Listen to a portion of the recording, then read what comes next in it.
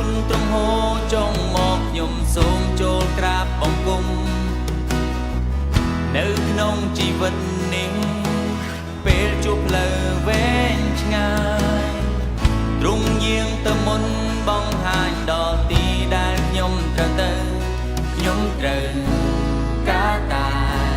ព្រះគុណទ្រង់នឹងមិនបោះបង់ខ្ញុំចោលខ្ញុំត្រូវការតែព្រះគុណទ្រង់នឹងមិនបោះបង់ខ្ញុំចោល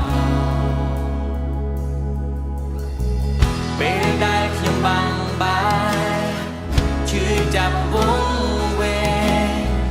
សូមឲ្យព្រលឹងខ្ញុំស្ងប់ភ្នែកសំឡឹងមើលទៅទ្រង់ពេលដែលខ្ញុំវង្វេងរសាត់អន់ដែរ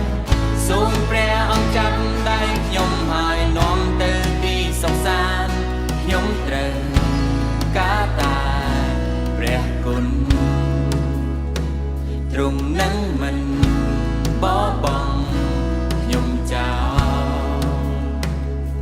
ខ្ញុំត្រូវការតែព្រះគុណទ្រង់នឹងមិនបោះបង់ខ្ញុំចោល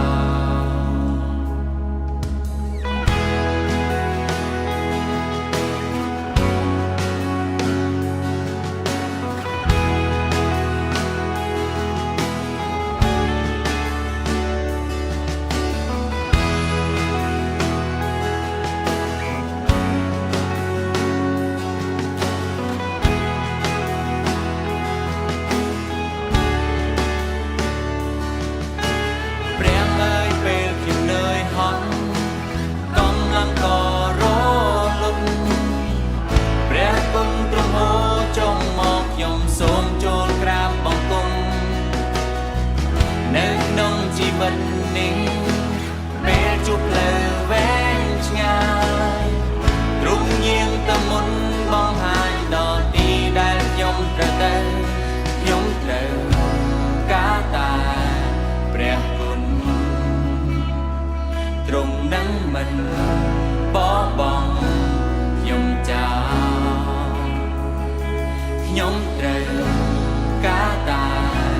ព្រះគុណទ្រង់នឹងមិនបោះបង់ខ្ញុំចោល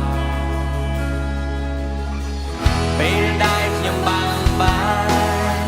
ឈឺចាប់វង្វេងសូមឲ្យព្រលឹងខ្ញុំស្ងប់ភ្នែកសំឡឹងមើលទៅទ្រង់ពេលដែលខ្ញុំវង្វេងរសាត់អន់ដែរសូមព្រះអង្គចាំដៃខ្ញុំហើយនាំទៅទីសុខសាន្តខ្ញុំត្រូវការតែព្រះគុណ